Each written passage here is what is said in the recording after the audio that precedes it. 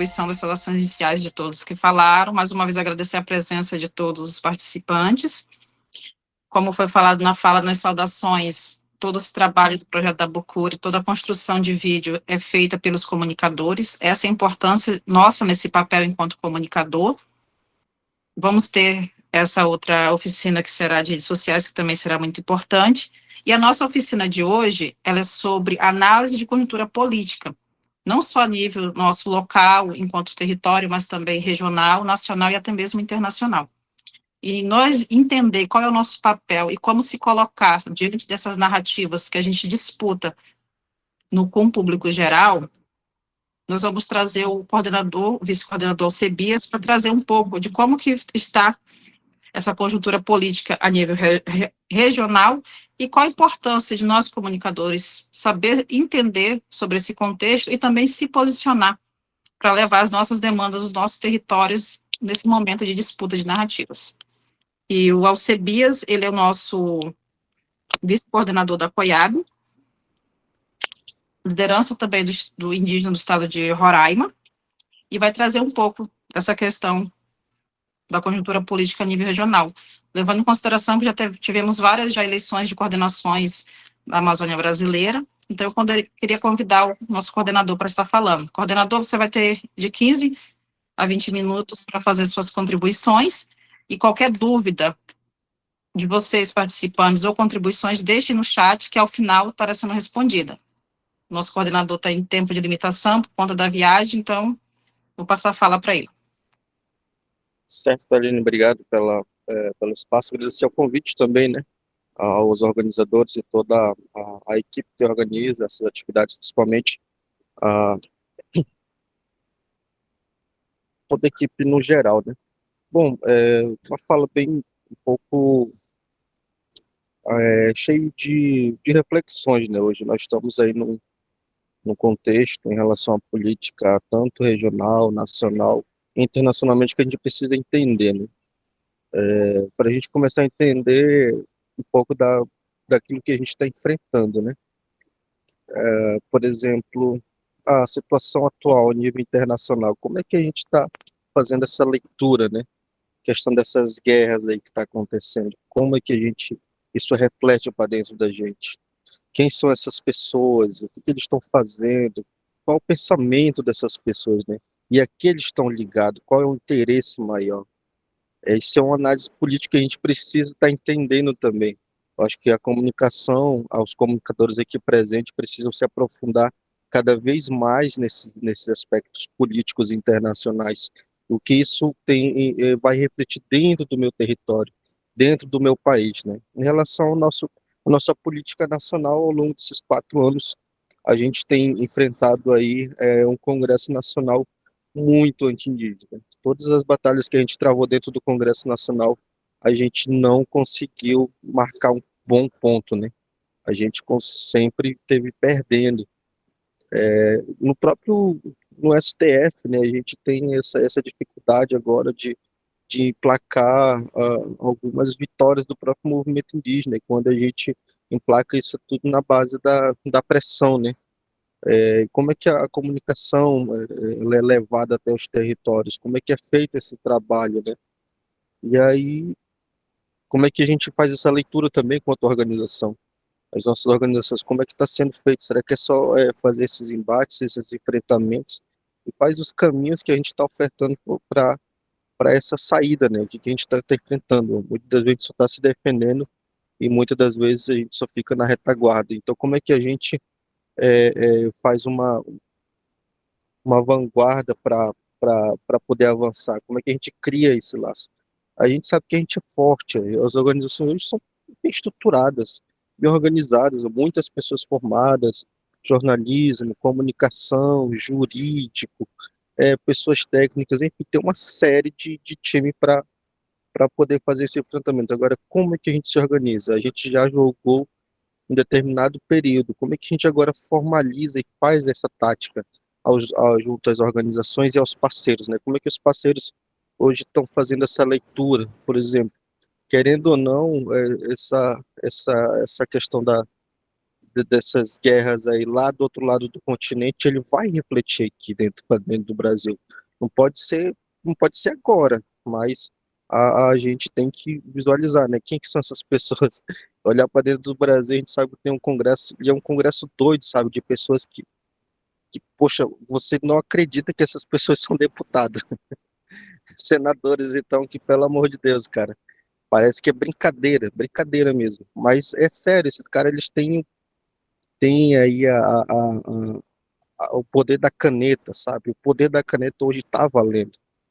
Infelizmente é isso, né? Todas as questões passam por dentro do Congresso, dentro do Senado. E a gente precisa estar se atendo a isso. E a nossa política regional a nível de Amazônia, né? Para ser bem claro, né? A Amazônia brasileira, nós somos compostos de 9 estados. A nossa população chega a 900 mil, né? E estão me ouvindo? Acho que travou aqui, né? Vou desligar aqui a câmera. Se estiver saindo mal também o áudio, só falando. Estamos te ouvindo. Certo. Já para ir nos detalhes finais, né? Assim, chama primeiro a gente se organizar internamente dentro dos territórios. A gente, sabe, a gente é 9 estados da Amazônia brasileira, nossa população, uma das maiores que tem no país. E por incrível que pareça, a gente não tem um representante dentro do Congresso Nacional. O que está acontecendo mesmo? O que está acontecendo mesmo com a gente? Será que a gente não está sabendo utilizar a ferramenta que a gente tem, sabe? O ruim é você ter a ferramenta e não saber utilizar. É isso que faz essa reflexão, sabe? A gente precisa utilizar isso. Como é que a comunicação hoje vai para dentro dos nossos territórios? Qual é a obrigação dos nossos comunicadores hoje? Desmentir muita fake news, sabe? Por exemplo, está chegando um momento que quem votou contra o nosso direito, ele vai estar votando para o nosso território, sabe? Com a maior cara lavada. Vão estar lá dentro do nosso território, não vão estar no outro espaço, não. Vão estar lá nos subornando, fazendo cogitação, sabe? Como é que hoje a comunicação enfrenta isso, sabe? É pegar esses caras e, sei lá, pega uma realidade dentro da cara deles, que não nos representa. Então, isso a gente tem que organizar em casa. Em relação aos enfrentamentos, eu acho que a gente está no caminho certo hoje, né? A gente está fazendo essas parcerias, fazendo é, é, tocar os trabalhos, mostrando que os territórios, os territórios demarcados, eles estão, é, lógico, alguns sofrendo algumas invasões, mas o mecanismo de denúncia está aí, a comunicação ele é feita para isso. Os territórios não demarcados enfrentam muito essa problemática. Por não ser demarcado, você tem 10 vezes mais o problema de um território demarcado. Como é que vocês hoje se organizam? Por exemplo, assim, é fácil você dizer, o território não é demarcado, mas como é que a pessoa vive ali dentro, sabe? É diferente de um território que está demarcado. Qual é a pressão que é maior ali por cima, sabe? É um pouco disso, um pouco desse histórico, que é você avaliar aquilo que está ao seu redor e começar a sentir a dor do seu parceiro, do seu parente. E é um pouco disso, acho que o projeto hoje da Bucuri, ele vem, eu não estou acompanhando diretamente, principalmente a questão tecnicamente, mas eu acompanho muitos resultados que vem sendo feito, para mim hoje muito me agrada. Mas a gente, Vinícius, a gente precisa dar uma avaliada, sabe? Esse cenário que está acontecendo agora não estava no nosso plano, sabe? Não estava. A questão dessas guerras, querendo ou não, vai influenciar muito dos deputados federais, congressistas aí daqui do Brasil. Eles são ligados a esses caras, que nós chamamos aí de extrema direita, né? Como é que a gente enfrenta esses caras? Como é que o projeto hoje vai se readequar a isso? Como é que as organizações indígenas hoje estão pensando? Por exemplo, no mês de janeiro a gente fez um plano antes disso tudo acontecer. Quando agora a gente está nisso. Como é que a gente revê os conceitos, sabe? E hoje a comunicação, qual é o seu maior papel? Poxa, acho que é bom a gente começar, não, já é uma proposta, a gente começar a ter um especialista comunicador justamente para isso, fazer esses estudos geopolíticos a nível nacional e internacional. para entender um pouco mais. A gente precisa dessa capacitação. Eu sei que nós temos jornalista formado em outras áreas e tudo mais, indígena, mas a gente precisa entender isso, como é que isso atinge o nosso território. E parece que é brincadeira, né? Lá do outro lado vai nos atingir, como é que uma eleição que está chegando pode mudar o futuro aí dos territórios. Mas no mais é isso, desejar muita força aos comunicadores, aos comunicadores aqui presente, muita força a vocês, não desistam daquilo que vocês estão atrás, não desistam do seu sonho, dificuldades elas são imensas, nada ela é fácil de conquistar as coisas.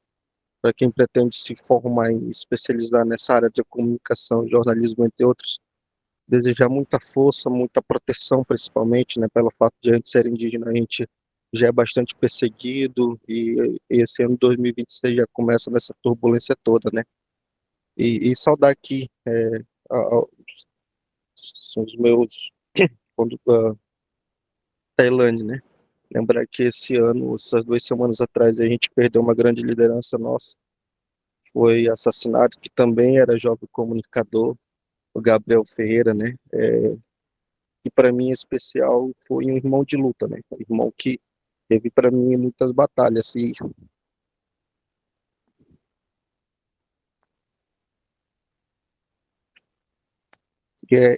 assim, não tá com meu irmão de batalha já dói bastante, mas é isso. Muita força, se cuidem também, se cuidem, jovens comunicadores que estão no território, vocês que estão fazendo denúncia, se cuidem mesmo. Cuide dos próximos, cuide da sua comunidade. E eu vou encerrando minha participação porque já vou indo para o portão. Muito obrigado mesmo, desejar muita força, muita proteção. Vinícius, Patrícia, a gente vai conversando, sabe? A gente precisa alcançar outros patamares. Esse patamar tá bom, Antônio. Nós estamos bom, mas a gente precisa ser excelente, Caiana. A gente precisa ser excelente, a gente precisa quebrar mais barreiras ainda, tá bom? Um forte abraço e é isso. Seguimos firmes e fortes. Força aí, coordenador. Emociona muito tocar nesse tema desse guerreiro que se foi, e principalmente por a gente ver toda a movimentação, articulação política que ele fazia, principalmente também na parte da comunicação. E na sua fala, coordenador, a gente percebe a importância dos comunicadores estarem se posicionando, de entender o contexto, de combater os fake news. Na fala do nosso coordenador, vemos o contexto da nossa região, a nível de Amazônia, onde tem muitos fake news, é ano de eleição, então vamos ter que combater essa mídia também. E vemos exemplos muito importantes de como os comunicadores, através da mídia, conseguem levar nossa voz mais longe. Tivemos um grande avanço, uma grande vitória lá dos parentes contra a dragagem dos rios. Tivemos também muito avanço, principalmente levando informação tanto para os territórios quanto dos territórios para fora, quando nós fomos disputar essa narrativa sobre o marco temporal. Então, na fala do coordenador, que ele deixa bem especificado que devemos, que eu vou pedir para o nosso outro palestrante, trazer um pouco disso na fala dele, sobre essa dor. Sentimos a dor do nosso coordenador, dos parentes de Roraima, por toda a situação que passaram. Vemos como que a mídia trata isso, como que devemos combater, e também como se posicionar nesse ano de eleição, onde teremos que combater muito fake news e também informar nossos parentes sobre esses eleitores que se fazem de bonzinho, depois chega no nosso território e desmente isso. Então, eu gostaria que o nosso outro palestrante, Edinho Macuxi, que é assessor político da COIAB, liderança indígena do nosso estado de Roraima também, para ele trazer esse panorama, um pouco do que o nosso coordenador falou a nível de Amazônia, a nível nacional, como a gente fazer esse advocacy através da nossa comunicação, para buscar mesmo essa autonomia de levar informação, e como que isso está sendo articulado no movimento indígena, através da PIB, através do G9. E a nível global mesmo, eu gostaria que o senhor trouxesse um pouco dessa sua análise, para a gente ver qual a importância da comunicação e da atuação desses comunicadores de base de território em todo esse contexto.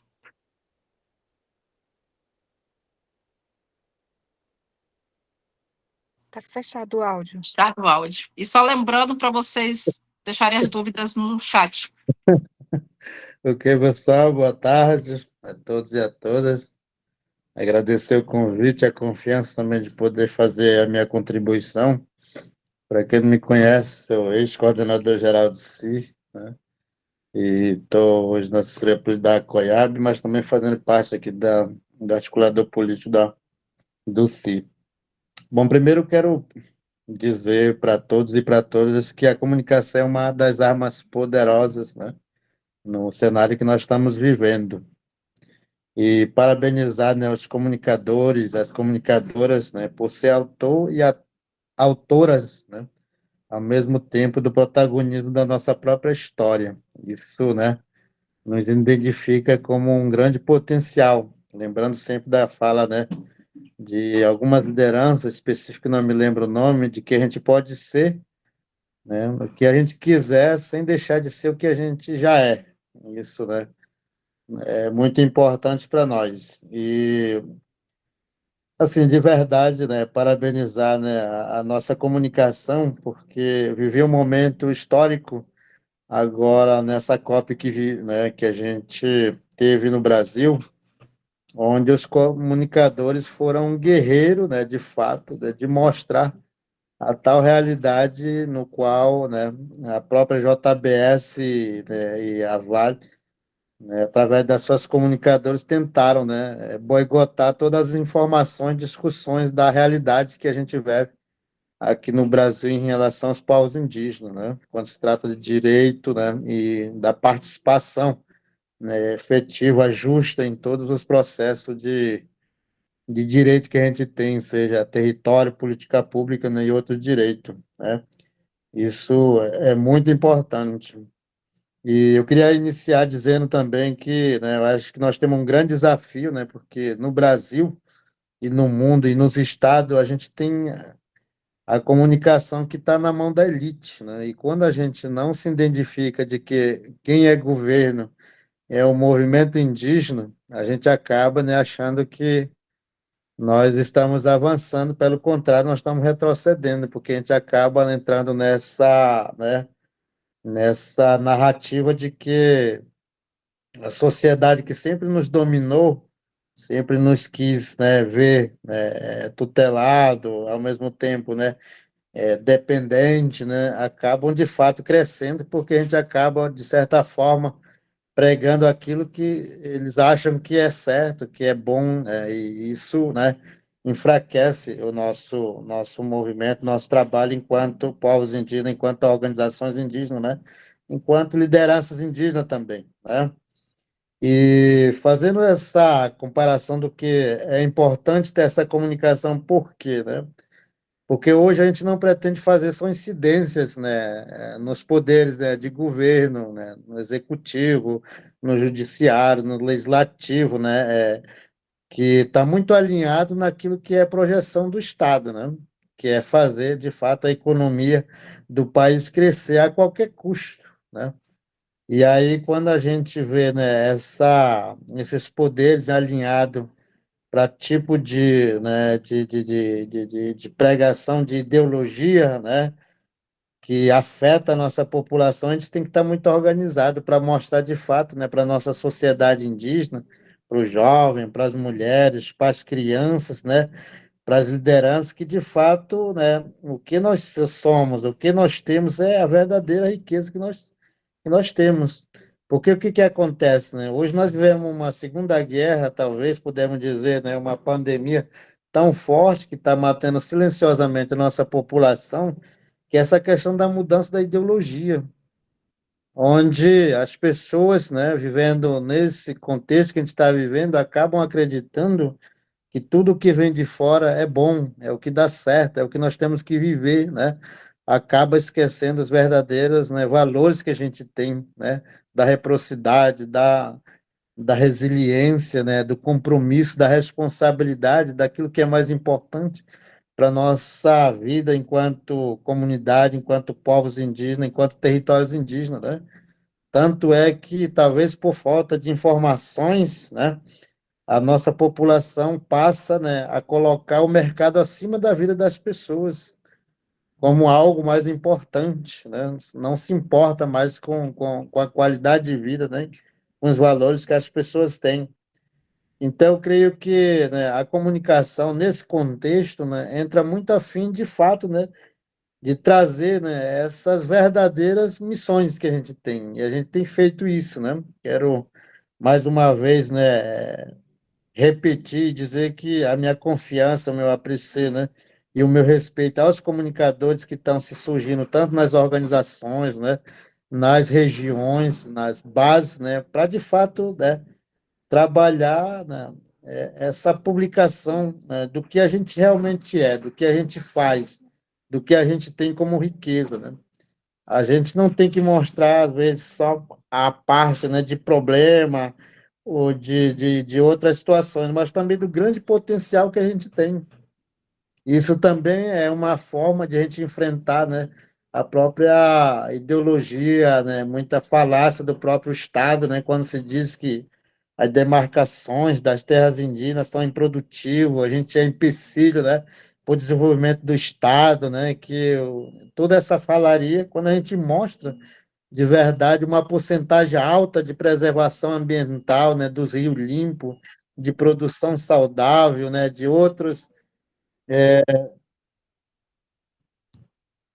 de outras atividades que a gente tem feito com muita responsabilidade. Então, eu vejo que, né, a gente vive um cenário, né, de grande desafio, né, onde nós podemos estar muito organizados e preparados. Acho que o movimento indígena tem dado, né, aí uma missão ao mundo, né, de que quem não aprende com nós, né, que não reconhece, que não valoriza e que não respeita aquilo que nós estamos ensinando, né, já se caminha para uma tragédia não só de país, né, de estado, né, mas para o mundo.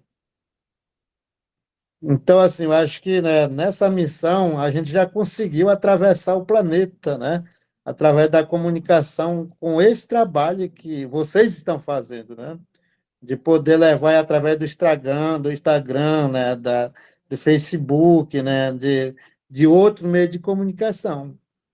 Então, assim, há um momento tão importante de a gente cada vez ser ousado, né? Ousado para mostrar de verdade o que a gente sabe fazer e o que a gente não brinca de fazer. Entendeu? A gente não pode continuar sendo usado, né? É outra palavra que a gente não pode confundir.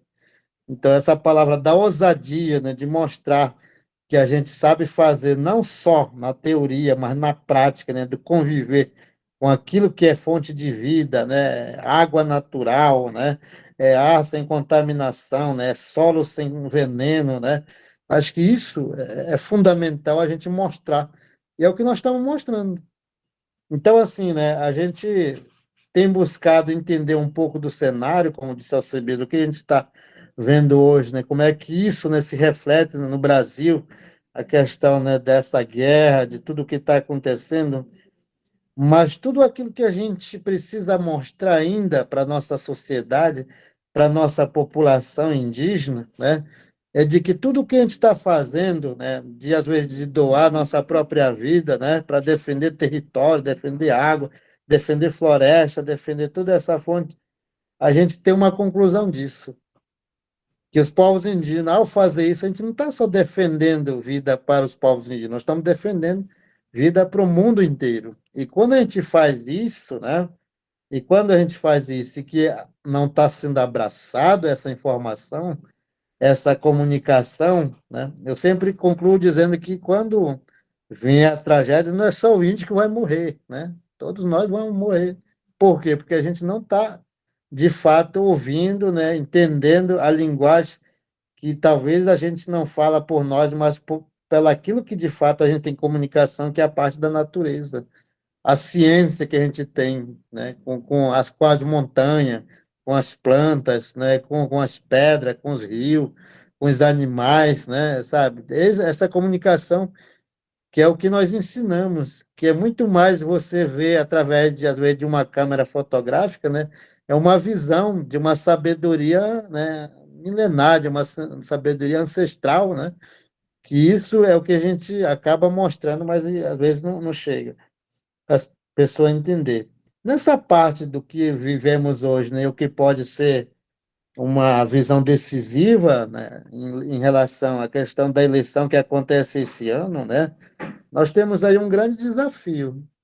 Quando você faz um dado de levantamento, né, de quantos eleitores a gente tem, nós temos eleitores suficientes para ter os nossos representantes legítimos em todos os espaços que a gente quiser, no governo, né, no Senado, no Congresso, né, em ambas as partes. Por que eu falo isso? O que a gente precisa trabalhar fortemente, é o que nós estamos trabalhando, é a formação política. Entendeu? A formação política é fundamental, né, para que a gente possa deixar claro para a nossa população que participar da eleição não é simplesmente ter seu título preparado para você concorrer a apenas um concurso ali legal, né? Mas é para, de fato, exercer a sua cidadania e garantir o seu direito. Mas se garante direito tendo pessoas, de fato, que defendam o direito social, o direito da população, o direito, né, das pessoas. Não as pessoas que, de fato, né, conjugam isso como uma forma de outro processo. Então, assim, eu vejo que é um momento também de grande desafio, né? Que os nossos comunicadores têm medido isso e assim, dizer muito sincero para vocês que nós temos medido aqui, né, através do nosso Facebook, Instagram e outro meio de comunicação, uma participação apreciada, efetiva, assim, dos trabalhos que a gente tem feito. Então, assim, dessa forma, né, eu queria parabenizar, né, também os apoiadores que estão, né, investindo também, né, na gente. Eu sempre sonhei alto. Eu nunca nem sei manusear bem uma câmera, mas, né, eu sempre tenho orientado o meu jornalista aqui, né, em Roraima, de que tal daqui uns dias a gente também ter lá no centro do Brasil, né, fazendo uma parceria com a Rede Globo ali, um indígena ou uma indígena, né, sendo ali a jornalista de fato falando, né, por nós, falando com nós, sabe? Então, isso é difícil? Não é difícil. Agora a gente precisa cada vez nos organizar nessa estrutura de verdade, né? De que a gente não pretende ficar para trás. Eu falo assim, mas a gente precisa se formar nas academias, nas escolas, nas universidades. Isso a gente precisa buscar, né? Porque a gente não pode ficar para trás.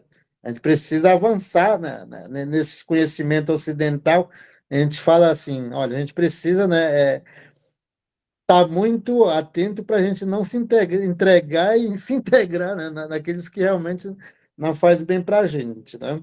Mas eu queria, de fato, né, dizer que o nosso sonho, aos poucos, ela está atravessando, né, o coração do mundo e que as nossas vozes elas estão sendo ecoadas, né, através dos vídeos, através das fotografias, através dos cantos, através das orações, através do silêncio, né, daquilo que nós paramos e falamos com aquilo que é mais forte para nós, que é a natureza que nos conduz dentro dessa fé.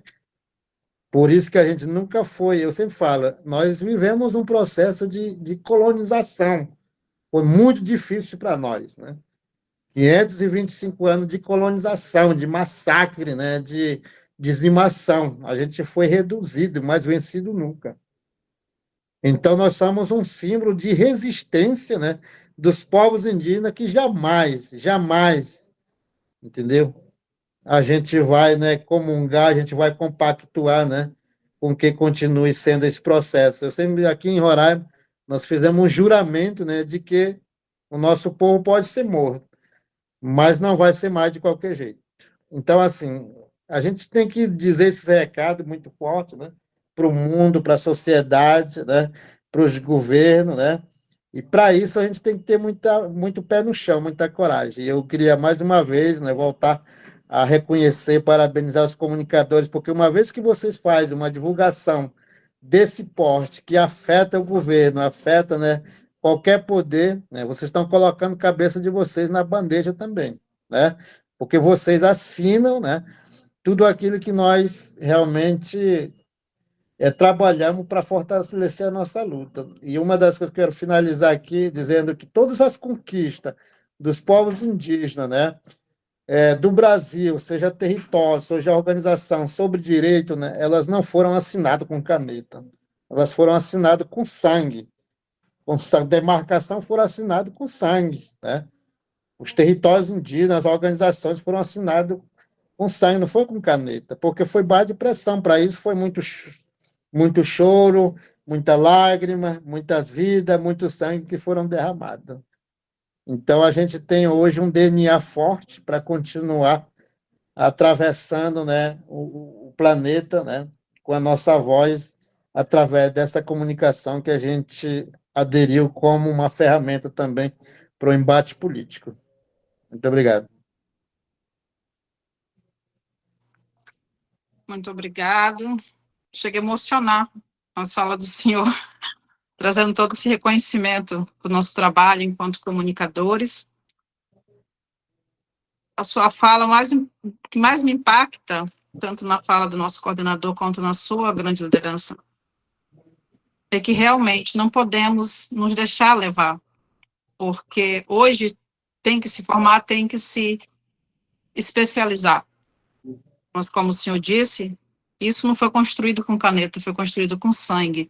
E se nós temos o poder de estar organizado enquanto comunicação, essa comunicação foi construída no chão do território. Essa comunicação foi construída no chão da aldeia, através principalmente da oralidade, através do ensinamento dos nossos ancestrais. É essa força que hoje, como o senhor trouxe na sua fala, nós mostramos através das nossas telas. Então, devemos muito, não só o senhor, contra o coordenador, contra outras grandes lideranças que prepararam esse terreno para nós estarmos aqui hoje. O senhor me fez recordar de uma passagem bem interessante da minha caminhada enquanto comunicadora, e acredito que de todos os comunicadores aqui que traz para si essa força para lutar, para ter essa garra de colocar seu rosto à frente de uma luta, do movimento, igual foi a força do Tapajós, igual foi para o marco temporal, igual foi nós combater aquela mídia durante a COP30. Os nossos líderes que nos apoiam, eles sempre nos incentivam, eles trazem na fala, como o senhor trouxe, como o nosso coordenador trouxe, esse incentivo de nós continuar aqui fazendo essa comunicação. Por isso que eu digo que a comunicação indígena não é só jovens comunicadores, nós somos comunicadores porque nós temos uma base forte, essa base vem das lideranças como o senhor. E isso se fortalece através dessa mobilização que a COIAB, juntamente com a PIB, com o G9, fazem. Hoje, nós apenas utilizamos de outras ferramentas para mostrar que nós temos uma articulação política, que nós temos uma comunicação eficaz, construída no chão da aldeia, com muita luta, com muito sangue. E hoje nós apenas estamos adaptando para essa tecnologia, porque nós temos que estar lá nesse espaço e mostrar que nós também podemos estar lá. E que usar uma câmera, um celular, não vai nos fazer menos indígena. Vai mostrar o que é ser indígena, o que é estar no território, o que é passar por um processo de demarcação, o que é ser uma mulher comunicadora, o que é ser uma mãe, que sai do seu território sem saber que irá voltar, mas sabendo que tem o apoio do seu povo e das suas lideranças. Então, quando lideranças grandiosas, que exemplo para nós como o senhor, como nosso coordenador, traz isso, mostrando que reconhece isso nos fortalece. Medo nós temos, mas isso mostra que vale a pena nós colocar o nosso rosto, a nossa cara, dar o nosso nome pela nossa comunicação. Foi assim que nossas guerreiras grandiosas estiveram à frente do combate lá no Tapajós, não só nesse ano, mas também quando vieram contra a educação, e a comunicação nos uniu. Foi de norte a sul, o pessoal se mobilizou. Por quê? Porque os comunicadores tiveram apoio de suas lideranças e tiveram coragem de jogar isso na mídia. Então, isso mostra a nossa força. E os políticos contrários têm medo da força. E é nesse contexto que eu gostaria de chamar a nossa próxima palestrante, trazendo um pouco da sua perspectiva do terceiro setor, diante dessa disputa de narrativa que nós, enquanto comunicadores, temos que fazer, que é a Adriana Ramos, que é a diretora executiva do Instituto Socioambiental, para trazer esse panorama político e a visão do terceiro setor da sociedade civil sobre o impacto que essas políticas públicas e ambientais qual é a importância, é o impacto que traz nas nossas vidas e qual que é a importância de nós estarmos lá nessa disputa de narrativa no cenário de eleições, apoiando nossos candidatos indígenas e também a nossa união enquanto movimento, enquanto mobilizações a nível local, regional e internacional. Então, eu gostaria de convidar a Adriana Ramos para estar fazendo a fala. E as outras dúvidas e contribuições, colegas, todos os presentes que estiverem aqui, vocês deixem no chat, não se esqueçam de preencher o formulário, a gente vai ter um espaço para a gente trazer as contribuições e dúvidas dos outros participantes. Adriana, contigo.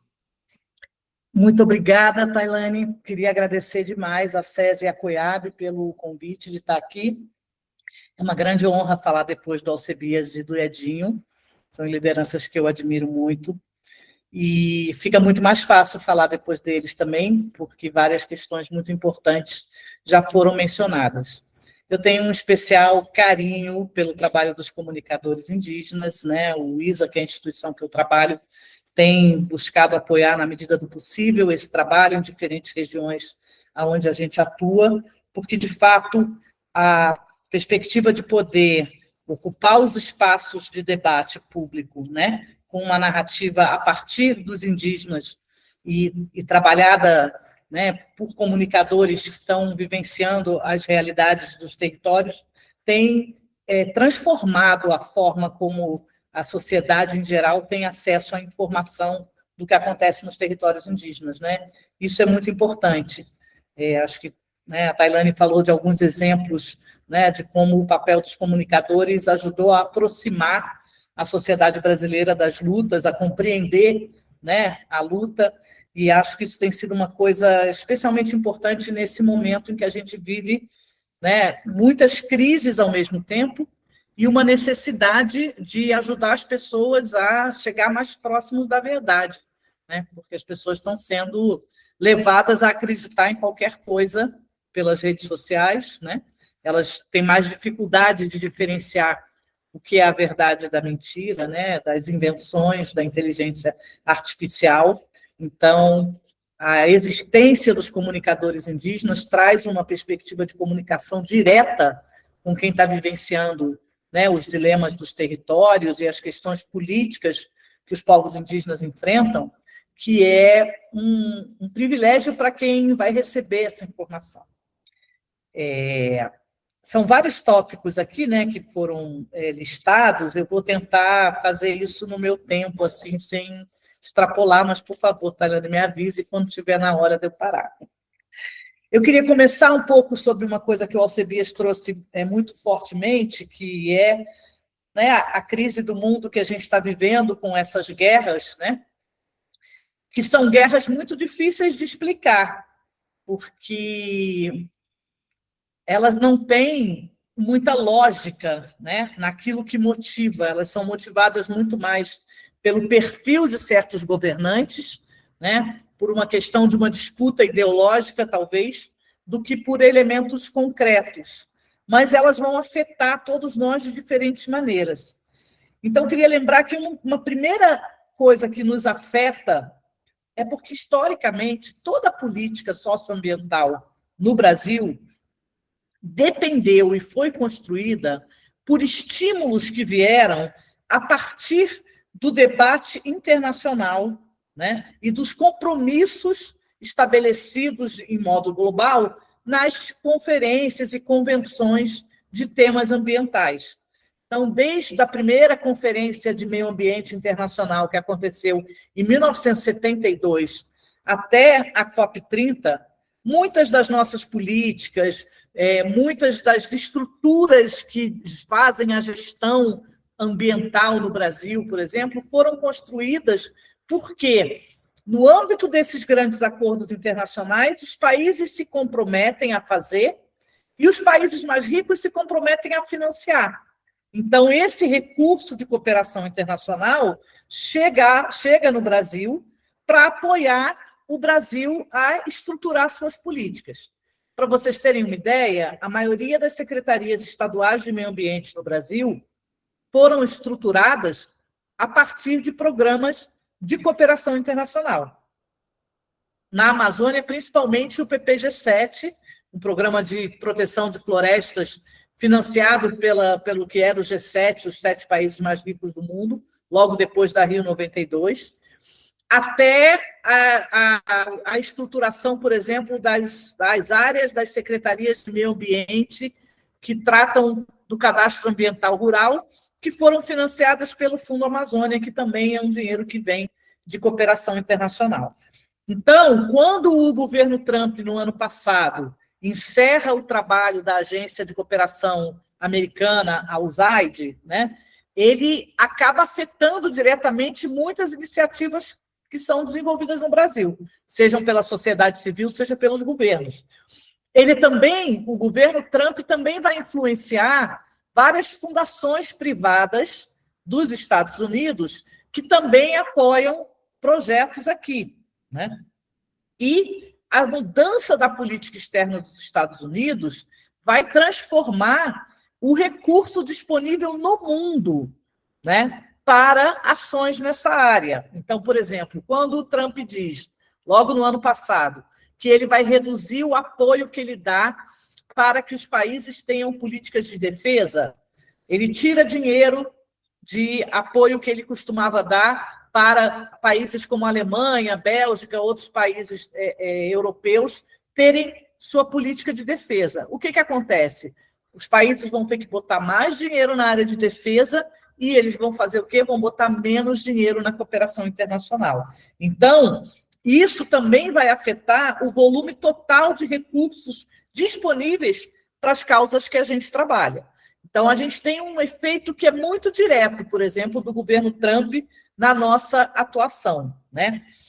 Essa mobilização mais recente do governo dos Estados Unidos, que é uma mobilização que ataca diretamente a Organização das Nações Unidas, né, a ONU, coloca também em crise não só os acordos internacionais, né, mas vai minando e vai dando força a esses setores, né, que têm um interesse na exploração de recursos naturais nos territórios e que querem questionar qualquer perspectiva de direitos humanos, de sustentabilidade, né? Então, o Trump vai fazendo com que muitos dos governos, das fundações privadas, que historicamente, né, apoiaram essa área, mudem as suas agendas. E como tem sido dito, né, o pessoal, inclusive do Observatório do Clima, tem trabalhado com essa visão, o Trump não é um cara que nega as mudanças climáticas, ele não é um negacionista, ele é um cara que considera que sim, as mudanças climáticas estão aí, mas para ele está tudo bem, ele não liga para isso, ele não quer evitar as mudanças climáticas, ele quer saber como é que ele se aproveita do efeito das mudanças climáticas. Então, quando o Trump diz que ele quer a Groenlândia para ele, é por quê? Porque se derreter o gelo da Groenlândia, que é um efeito das mudanças climáticas, ele vai poder explorar a Groenlândia, explorar petróleo na Groenlândia. Então, para ele, se está derretendo o gelo da Groenlândia em função das mudanças climáticas, tudo bem, ele já está olhando lá na frente no efeito disso. E isso é um elemento complicador, porque uma coisa é você se opor, né, a alguém que está defendendo a exploração, né, dizendo, olha, mas as mudanças climáticas estão aí, e isso vai ter um efeito negativo, né? Outra coisa é o cara dizer, não, tudo bem, eu não estou negando as mudanças climáticas, eu sei, só que eu estou estabelecendo a minha prioridade a partir disso. Então, todo o nosso discurso, o nosso esforço, né, de conter as mudanças climáticas não tem relevância nesse cenário, porque as pessoas já estão trabalhando numa outra perspectiva. Então, isso coloca, né, para a gente grandes desafios. Como é que a gente vai lidar com essa narrativa, né? Porque a gente tem se contraposto à ideia de quem questiona e diz que mudanças climáticas não existem. Mas o cara que diz que mudança climática existe, mas está tudo bem, como é que a gente constrói uma narrativa, né, contrária a isso? Outra coisa é que a guerra ela vai acirrar a demanda por mineração, né? E aí uma conversa que o pessoal começa a falar dos tais minerais críticos e estratégicos. Essa já é uma narrativa para tentar dizer que existem alguns minerais que são mais importantes que os outros e que, portanto, eles são tão importantes que, para eles serem explorados, a gente vai precisar aceitar que isso afete a vida das pessoas.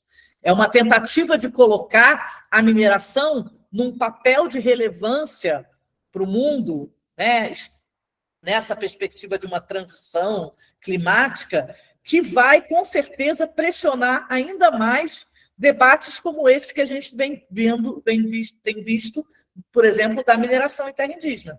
Porque uma coisa é você dizer, eu vou minerar um mineral aqui, mas ele tem em outros lugares. Outra coisa é você já diz que esses minerais são estratégicos, que eles são críticos, que eles são raros. Você já coloca, a mineração num outro patamar.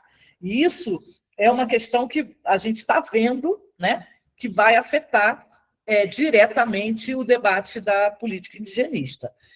Quando a gente fala, por exemplo, das terras raras, o que são terras raras? Outro dia eu descobri que terras raras, a maior utilização delas hoje é exatamente para armas. A indústria de armas é que usa terras raras. Então, quando falam de terras raras, e a gente, quando pensa em terra, pensa em outra coisa, eles estão falando de terras para alimentar a indústria da guerra, para alimentar as armas. Esse cenário todo, se a gente associa ele a esse desmonte da legislação, que, como o Alcebiades falou muito bem, vem sendo promovido por um Congresso Nacional que não representa em nada o interesse mais geral da população brasileira, vai colocar ainda mais em risco as políticas socioambientais, porque a gente hoje já tem uma legislação mais fragilizada, a própria questão da mudança do licenciamento ambiental, que tirou a questão das terras indígenas como áreas relevantes para serem consideradas nos processos de licenciamento. Então, a gente corre um risco de você ter cada vez mais empreendimentos que podem ser licenciados sem considerar os impactos que eles vão ter dentro das terras indígenas. Então, tudo isso vai ser uma mudança grande que a gente vai ver acontecer a partir desse ano, porque esse ano vai ser o primeiro ano da nova legislação de licenciamento ambiental. Isso vai ter um impacto também, por exemplo, na forma como as instituições públicas cuidam da gestão ambiental, porque as organizações de meio ambiente, as secretarias, as instituições, até o IBAMA, eles se estruturaram em cima de grandes equipes que trabalham com licenciamento e equipes que fazem fiscalização. Se o licenciamento deixa de ter essa importância, porque ele foi esvaziado com a legislação, como é que esses órgãos vão conseguir se reorganizar para garantir a prevenção a desastres ambientais, a prevenção a ilícitos ambientais?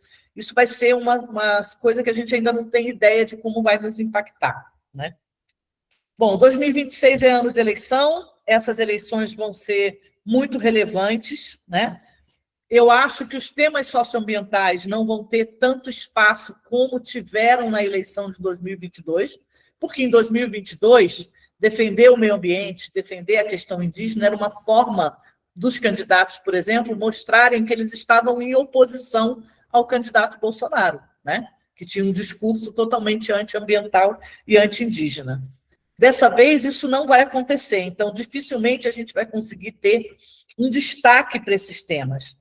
E, ao mesmo tempo, a gente vai estar lidando com todo esse potencial de produção de fake news a partir de inteligência artificial. A gente não sabe ainda como é que vai ser a regra das eleições para usar a inteligência artificial, mas a gente já pode prever que são.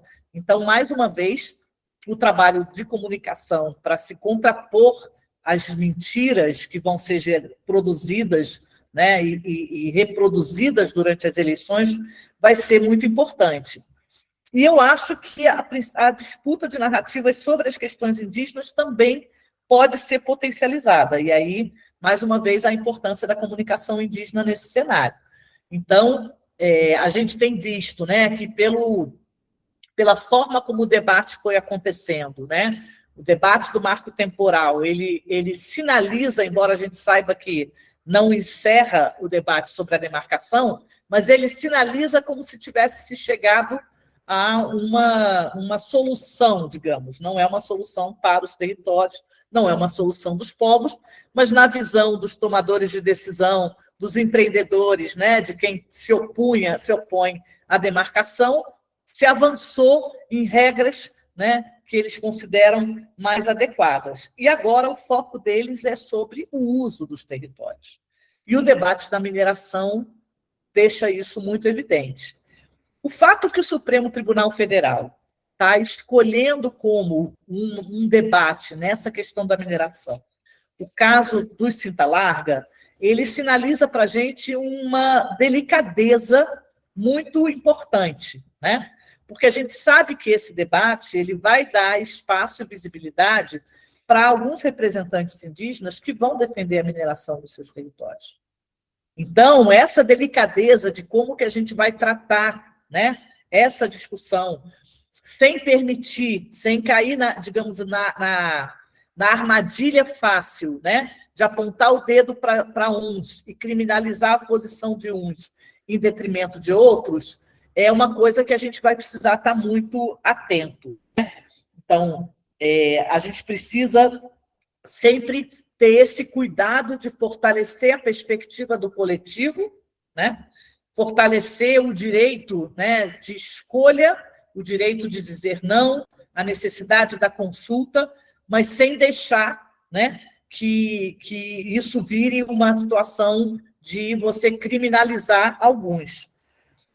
Da mesma maneira, eu acho que na eleição a gente vai ter que ter muito cuidado, porque uma coisa que a gente vê muito acontecer, a gente sabe que muitos candidatos da extrema-direita, né, e eu tenho visto o pessoal falando da possibilidade do vice do Flávio Bolsonaro ser o governador de Minas, que é o Romeu Zema, que é uma pessoa muito limitada em termos de inteligência, né? A gente sabe que eles falam muita bobagem, mas muitas vezes, quando a gente vai usar essa ignorância deles, né, para demonstrar o equívoco deles, a gente acaba criando uma situação que torna eles possíveis de se vitimizarem por estarem sendo chamados de ignorantes. E isso é uma coisa que a gente tem que tomar muita atenção, porque em eleição, essa perspectiva de você desqualificar o outro e desqualificar o eleitor do outro pode ser um tiro no pé, né? Acho que para os candidatos indígenas essa vai ser uma eleição extremamente importante e potente, porque a gente tem representações, né, que chegaram no Congresso, que fizeram um bom trabalho. Acho que isso tende a ampliar a possibilidade de mais eleição ainda de indígenas. A gente sabe que os partidos políticos vão dar uma prioridade muito grande para as eleições ao Senado Federal, porque o Senado tem esse potencial de ser um espaço onde eles podem fazer impeachment de ministros do Supremo. Então, a extrema-direita está dando prioridade para eleger senadores, e o Senado tem sido muito perigoso, porque antigamente ele era um espaço onde a gente tinha maior apoio e hoje não é mais, então a gente também tem que estar atento a isso, ajudar a desconstruir a possibilidade, né, da eleição de senadores anti-indígenas na extrema-direita. E eu acho que tem uma questão que a gente vai tratar também, que a gente sempre se utilizou muito da repercussão das nossas temáticas na mídia internacional, né? A repercussão do que acontece aqui no exterior sempre nos foi muito favorável. E a situação de guerra vai diminuir o espaço da mídia internacional para temas da agenda socioambiental brasileira. Então, acho que isso é uma coisa que a gente vai diminuir a nossa capacidade de mobilizar apoios internacionais para nós, porque o mundo todo está lidando com outras crises. E, por fim, eu queria só comentar que eu acho que todo esse debate em torno das redes sociais, né, já mostrou para a gente como cada vez é mais difícil usar as redes sociais a nosso favor, né? Então, acho que é muito importante buscar, e acho que isso poderia ser uma coisa até interessante nesse processo de formação, deixo aqui uma sugestão, né, de trazer especialistas que estão trabalhando em mapeamento de redes sociais, como o pessoal do NetLab da UFRJ, grupos que pesquisam, né, o que acontece nas dinâmicas de redes sociais, para trazer algumas leituras e dicas que possam ajudar a pensar em como tentar romper esses limites dos algoritmos, né, dos limites das redes que só funcionam com impulsionamento de grana, e, ao mesmo tempo, pensar em novas estratégias de mobilizar e construir comunidades, que é uma coisa que os indígenas sabem fazer como ninguém, né, para fora desses limites das redes sociais, e aí tentar trabalhar, cada um na sua região, com o público que consegue atingir, em construir comunidades de apoio e de repercussão da comunicação indígena, né, também por outros canais que não dentro das redes sociais. Então, acho que aqui era o que eu tinha a dizer, estabelecendo aí na mosca. Nailson, obrigado por ter me avisado, e fico aqui à disposição de vocês. Obrigada.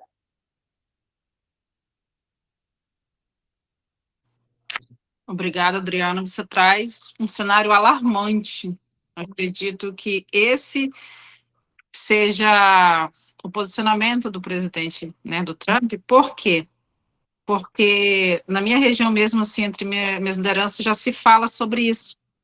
E quando eles aceitam o termo mudanças climáticas, eles já usam a seu favor. Então, mudança, o clima muda, mas nós devemos uma catástrofe climática. Então, devemos colocar esse posicionamento enquanto comunicadores, e é muito importante esse pontuamento que você faz sobre ir além das redes sociais, porque regionalmente, aqui na região, fake news está se disseminando muito a partir de partidos políticos infiltrados em igrejas, times de futebol, aquele compadre que vai lá na casa do parente, que manda um áudio, um fake news no WhatsApp. Então, já trazendo um pouco da fala dos nossos duas lideranças que trouxe esse contexto, é de suma importância nós estarmos mobilizados e unidos, mais do que nunca, fortalecido com essa comunicação do chão da aldeia, da oralidade, de mostrar que podemos mobilizar essa comunicação não só nas redes sociais, porque realmente o foco está sendo puxado para um outro lado. E eu queria que os colegas contribuíssem, se tem dúvidas, principalmente os comunicadores, porque, como você trouxe, nós temos um cenário bem diferente da outra política. Então, como não se posicionar caindo na armadilha deles, porque esse vai ser o contragolpe deles. Eles estão brigando entre si. Como acreditar que eles estão unidos, que eles têm razão nesse tema, se nem eles se entendem? Como que nós podemos entender e abraçar a causa deles? Vimos isso quando eles expõem na mídia sobre mineração, mas tem parente aceitando. Quando eles trazem parentes para poder falar, fazer vídeos que apoiam agronegócio, enfim, tantos temas que nós temos, não só num território, muda o contexto, como foi trazido na fala do nosso coordenador Alcebias. Os contextos, muitas das vezes, para quem está em território em processo de demarcação, ele é um pouco mais acirrado, porque vem essa contrapartida de usar essa política a favor deles, de não demarcar os territórios. Para quem tem território demarcado, vem nessa política de que vocês estão abandonados, então a gente vai ser a mão que vai acolher e vai alimentar vocês, que o agronegócio vai trazer esperança. Então, eu gostaria que os participantes colocassem suas contribuições, trazessem suas dúvidas de como nós podemos estar se preparando para esse momento. Nós temos uma contribuição aqui no chat que, Adriana, para você falar um pouco da relação do avanço da política de extrema-direita no mundo, nesse contexto de violência de direitos, e como isso reflete aqui no Brasil como ameaça aos nossos direitos. Se você pudesse trazer isso de forma resumida, para a gente conseguir aproveitar melhor o nosso tempo.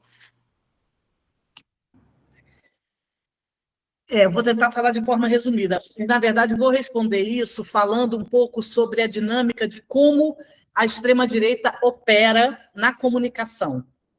Porque o que a gente tem visto a extrema-direita está se organizando e se fortalecendo em cima de uma situação em que as pessoas se sentem, muitas vezes, excluídas, e pessoas que não são, digamos, excluídas, mas se sentem prejudicadas, né, por políticas que são de atendimento a minorias, a direitos humanos. Então, eles exploram muito isso, né? Tipo, o exemplo, por exemplo, da questão das cotas, né? Como a extrema-direita se organiza contra as cotas, fazendo um discurso como se as pessoas que não são atendidas pelo sistema de cotas estivessem perdendo, né, os seus privilégios e perdendo seus direitos em função do atendimento dos direitos de outras pessoas que precisam mais.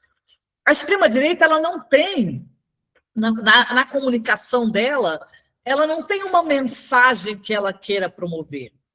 Ela trabalha como se fosse com um cardápio de temas que são polêmicos, que mobilizam as pessoas e que elas usam, no geral, para distrair as pessoas de alguma discussão, né? Então, não é que elas estão querendo promover um debate, elas estão usando algumas ideias que são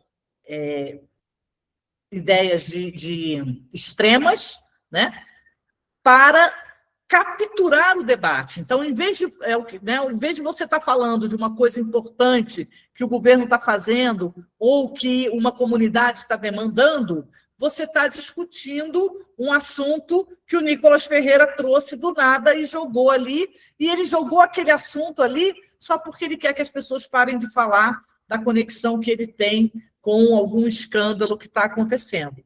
Então, é assim que a extrema-direita trabalha. Ela pega um tema que não tem nada a ver com o interesse de alguma coisa para promover, mas por quê? Porque ela está trabalhando com análise de grandes dados do que está acontecendo nas redes sociais, e aí ela identifica um tema que vai ter conexão com o que já está sendo falado e que vai dominar aquele assunto. Então, você deixa de discutir uma questão de conteúdo importante para ficar batendo boca com um assunto qualquer que eles levantaram.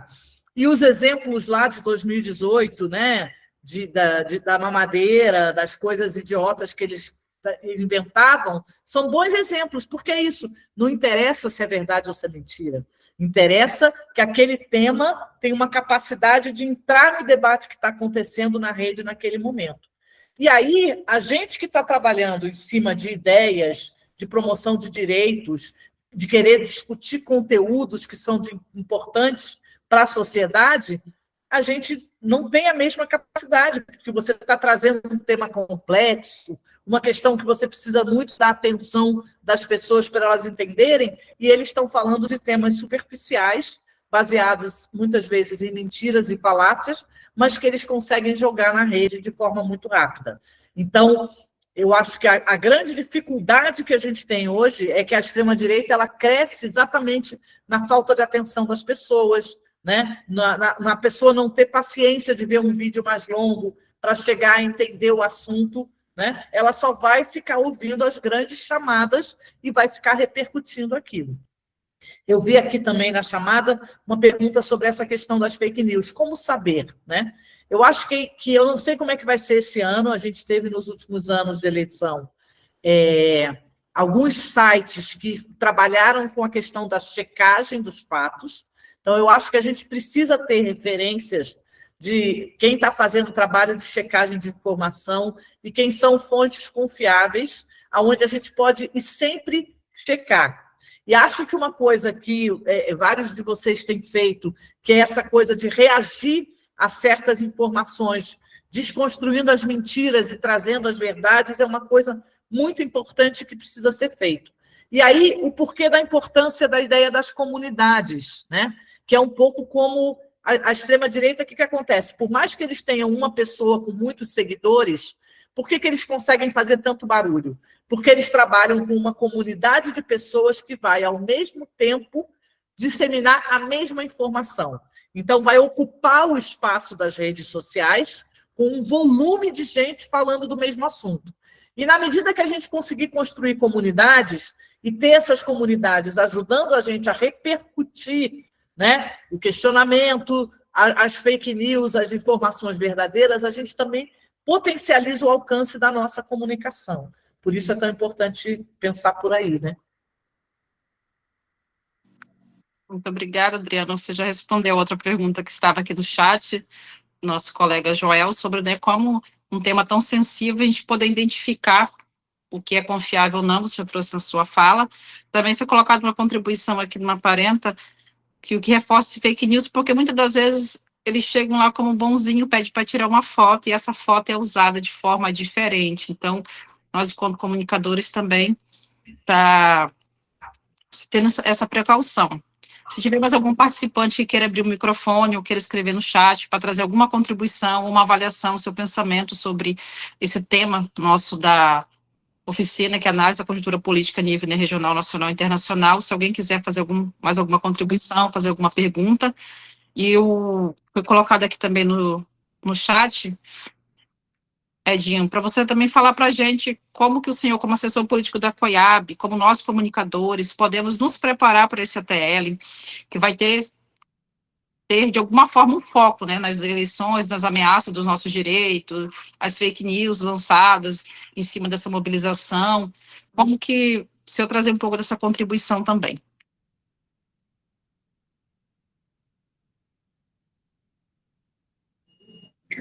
Acho que a gente tem percebido que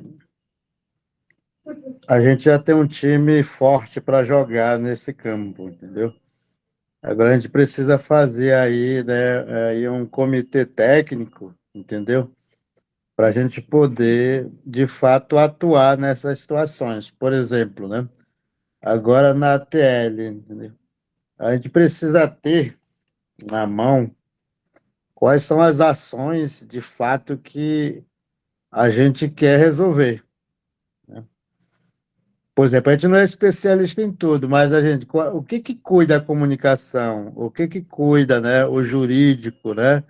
O que que cuida ali o antropólogo, o geólogo, o biólogo desses campos, para que de fato a gente possa ter aí um parecer técnico, né? E de fato, né, sensibilizar, né, fortalecer, né, através da comunicação as nossas bases. E eu falei que a nível de Amazônia, a gente precisa criar um plano estratégico de atuação. Talvez não é uma boa ideia, né? Mas eu tenho percebido que a gente tem ficado muito dividido e apanhado ao mesmo tempo só. Por que que eu falo isso? Nós estamos numa Amazônia com 9 estados, ainda falando de Amazônia, a gente tem sentido que cada caso tem sido, né, um caso. Por exemplo, agora aconteceu lá no Tapajós. Os parentes lá passaram, né, 33 dias, né, na ação. Então ficou como que fosse uma ação do Pará, como que fosse ação apenas, né, daquele território. Na nossa visão política, né, para que de fato a gente pudesse resolver, teria de ter uma pressão política, né, mais atuante, né, com incisões fortes, tanto no Congresso, no Senado e no próprio Executivo.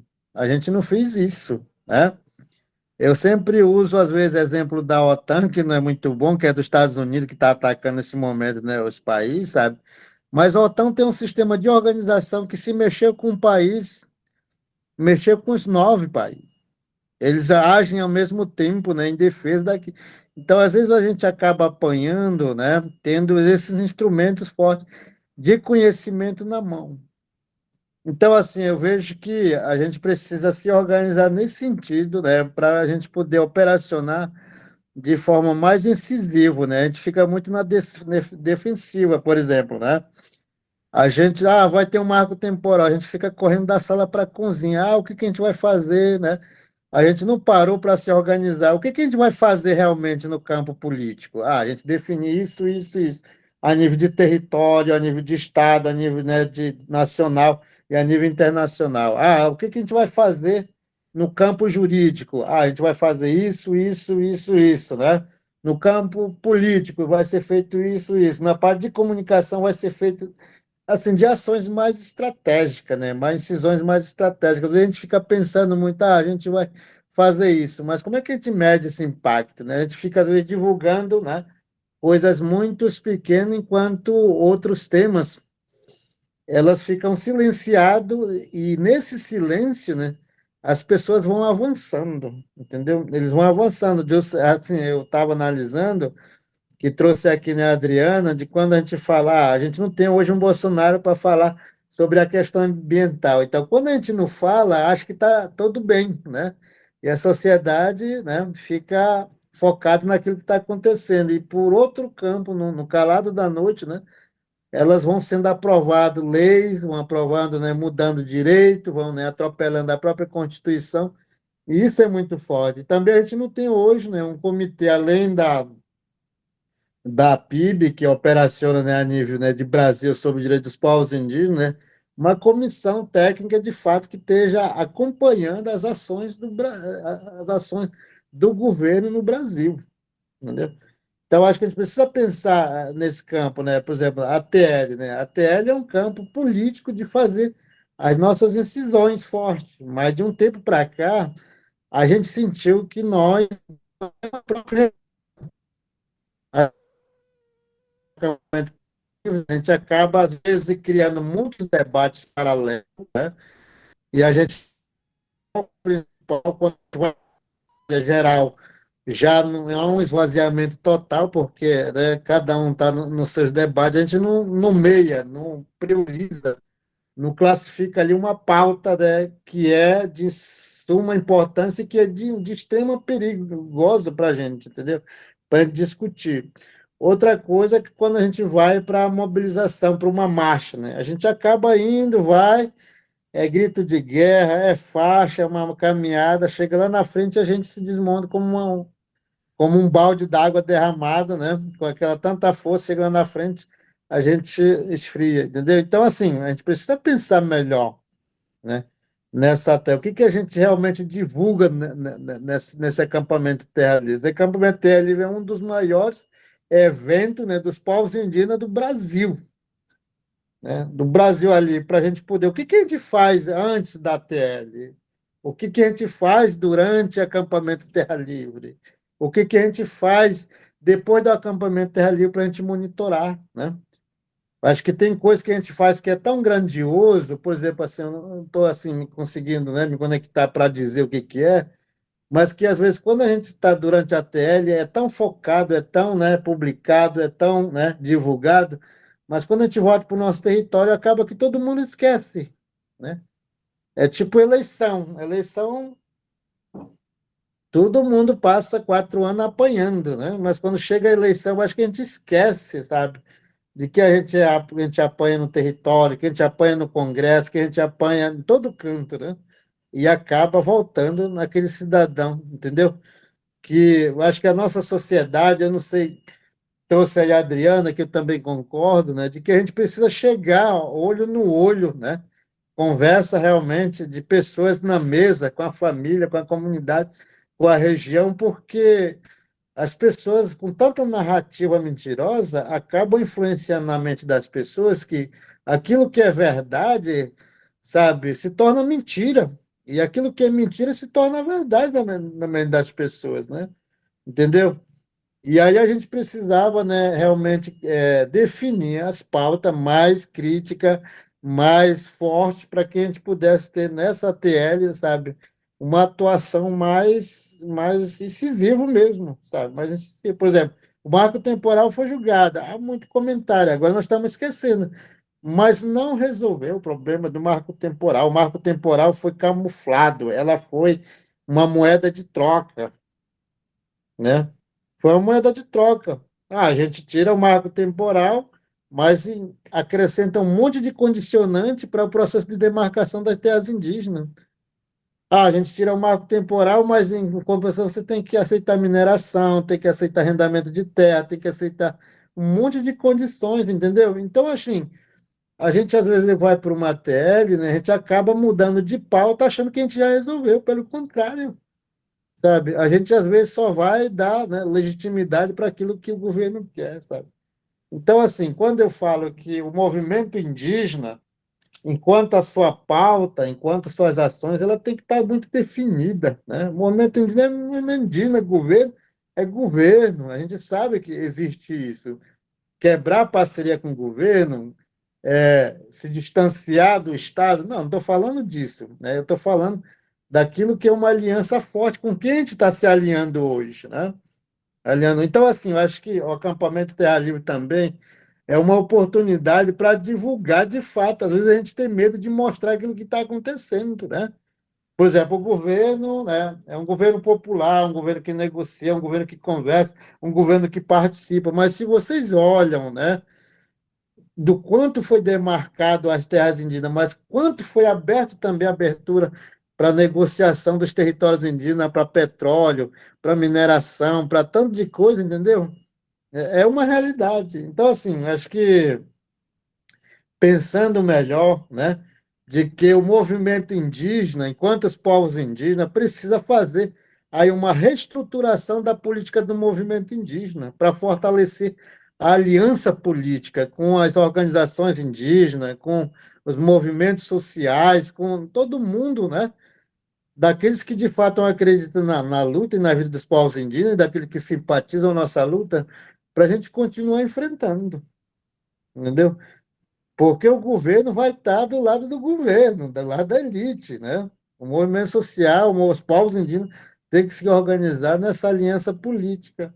Mas eu sinto, assim, falando sinceramente, que se a gente não se organizar enquanto movimento indígena, né, reestruturar a política do movimento indígena com pautas, né, contundentes, incisivo, né, unido, organizado, fortalecido, né, a gente vai perdendo espaço. E esse espaço ele vai custar caro para a gente. Porque eu não vejo, nesse momento, sabe, difícil enfrentar o governo.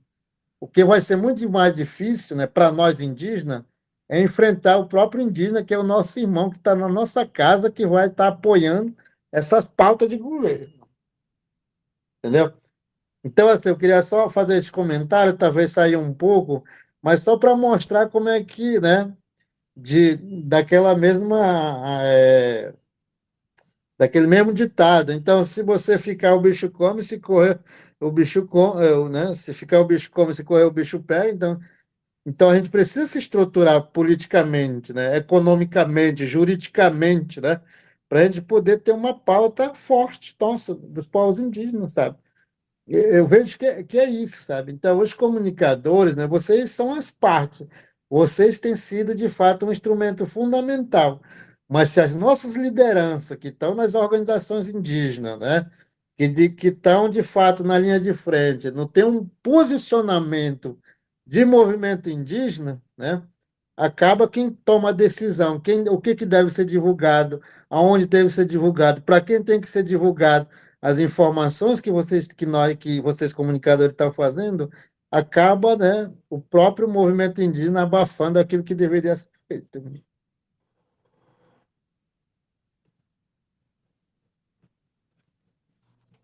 Muito obrigado. O senhor trouxe pontos bem importantes e, comunicadores, temos uma missão em mão.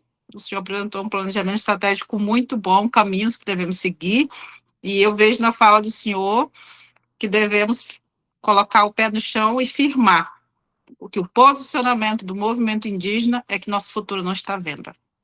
E que estamos atentos e de olhos bem abertos a tudo que eles estão movimentando na política e, principalmente, levar o lema da própria COIAB, que é unir para fortalecer, organizar para conquistar. E como que vamos conseguir se fortalecer nessa união e se organizar?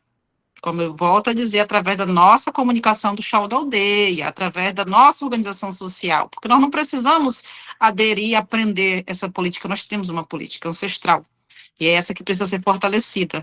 Eu vejo muito isso na fala do senhor, foi muito boa a sua contribuição, e colocou uma missão nas nossas mãos, e tenho certeza que todos os comunicadores que estão aqui estão firmes em devolver resultados, e vamos mostrar para que viemos, que estamos aqui existindo e resistindo, mas ainda estamos aqui, vamos continuar aqui.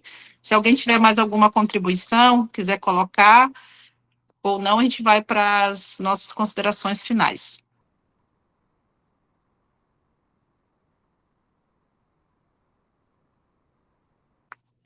Foi colocado aqui também, antes que eu esqueça, um link para as pessoas que tiverem interesse. A Patrícia colocou de um site para a gente checar informações, que é de grande importância. O parente também falou que está amando a conferência. Nós é que agradecemos a participação de vocês. Nós é que amamos ter esse momento de aprendizado com a fala dos nossos palestrantes, principalmente lideranças fortes, que é a nossa base. Teve outra contribuição, que é bom ter ouvido sobre a política, né, sobre a economia, a demarcação dos territórios e a comunicação como ferramenta para todos. Estão agradecendo. Nós que agradecemos, porque é um momento de aprendizado. Parente Valdemir, pode falar.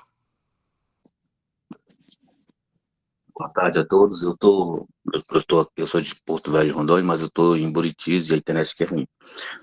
Uma das estratégias que eu acho bem bacana seria vocês organizassem.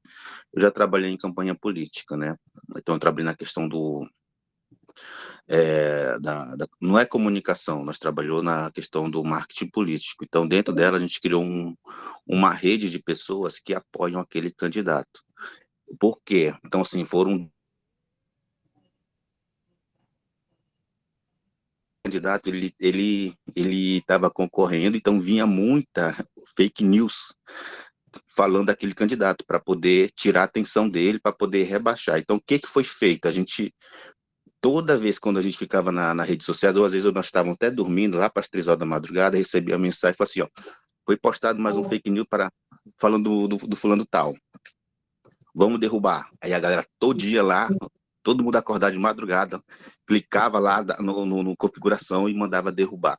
E nós conseguíamos derrubar todos. Então, assim, foi uma técnica de defesa. Vamos supor que nem fosse vários mísseis apontando para derrubar várias fake news, né? Então, assim, era muita mesmo, assim. Então, assim, tinha fake news na internet, né?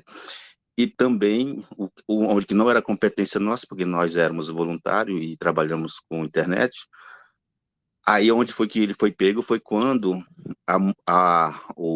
alguém, ninguém sabe quem foi essa pessoa até hoje, foi na gráfica, imprimiu vários jornais falando mal, e falando fake news daquele pessoa, e saiu jogando assim na rua, e todo mundo acordou, quando pegou no chão e leu, e viu aquilo. Então aquilo foi uma bomba, onde nós não conseguimos. Então, assim, tudo isso é pensado, né? A gente não tem uma fórmula assim que vai dar certo. É um conflito que sempre vai existir e não vai ter fim. Então, assim, sempre estar preparado para esse tipo de situações, porque, assim, é uma história que não tem fim.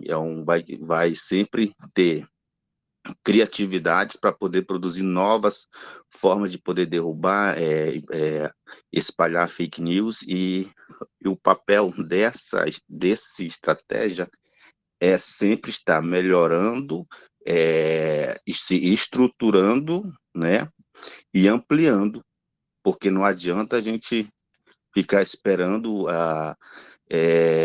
coisas, né? Porque na verdade a intenção é essa, é sempre estar atento, ampliar a rede, né?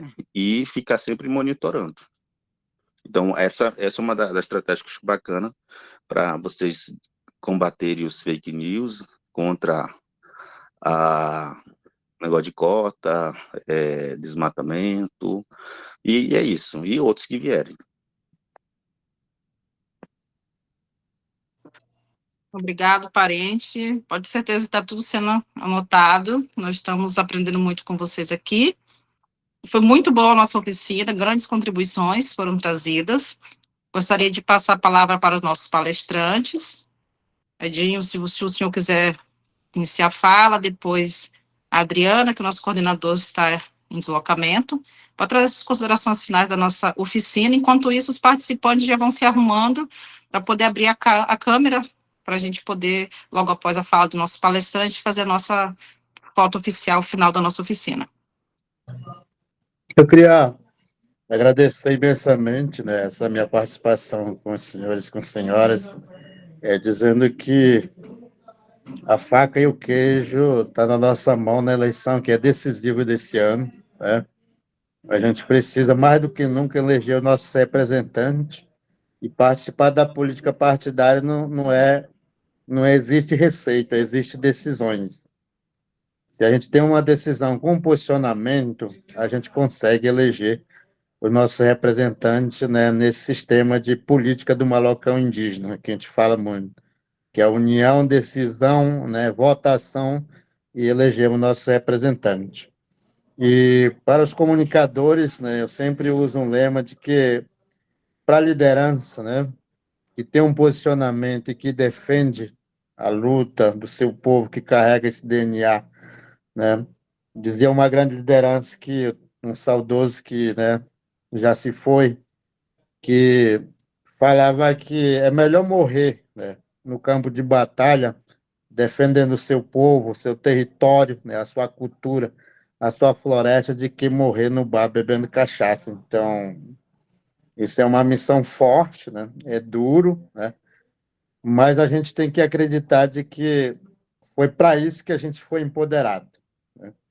Se a gente tem organização hoje, se a gente tem um povo, se a gente tem uma cultura viva, se a gente tem um território, é porque alguém lá atrás teve de doar sua vida por isso. E esse legado a gente não pode perder. Eu sempre falo que custe o que custar, né? Até a morte, mas a gente não pode fugir dessa luta. Então, esse convite é bastante duro, né? Mas para a gente que acredita, a gente não baixa a cabeça, a gente não se rende, a gente não foge dessa luta. Então, assim, para vocês, né, que colocam a sua identidade, né, o seu rosto, a sua família, o seu território, né, o seu povo, né, em risco, mas é para o bem coletivo, né? Tenham isso como honra. Morrer como mulher, morrer como homem, guerreiro, né? É nunca se acovardar diante de qualquer realidade que vier.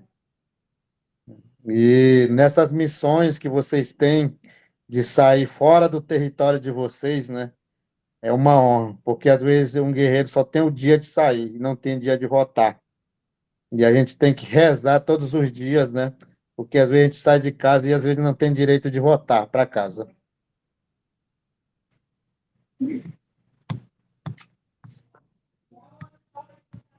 Obrigado, liderança. É um grande aconselhamento, isso que nos fortalece. Antes de passar a fala para a Adriana, para as considerações finais, gostaria de relembrar vocês de estarem assinando a lista de presença, para poder ter o certificado desse momento da nossa primeira oficina. E eu vou chamar agora a Adriana para as considerações finais. Eu queria aproveitar só para agradecer muito, acho que depois dessa fala final do Edinho não tem mais nada a dizer para vocês, só agradecer muito a oportunidade de estar aqui, me colocar à disposição para qualquer outra oportunidade e reiterar a importância do trabalho dos comunicadores indígenas, né, que tem sido uma das principais faces, né, de interação com a sociedade brasileira e que tem ampliado muito a compreensão da sociedade brasileira sobre a realidade indígena. Então, acho que o interesse de diálogo, né, e a abertura de diálogo que os canais dos comunicadores promovem nas redes sociais, permitindo que as pessoas possam ter uma interação que muitas vezes com as lideranças é mais difícil, tem sido uma coisa muito importante para fortalecer o movimento e fortalecer esse entendimento da sociedade brasileira sobre a questão indígena. Então, queria agradecer, parabenizar todos vocês pelo trabalho e me colocar à disposição. Obrigada. Pode ter certeza que nós, enquanto comunicadores, é que agradecemos imensamente, tanto você, Adriana, quanto as nossas grandes lideranças, que é o que nos fortalece nessa luta, traz grandes ensinamentos para a gente continuar trazendo um trabalho muito melhor para os territórios.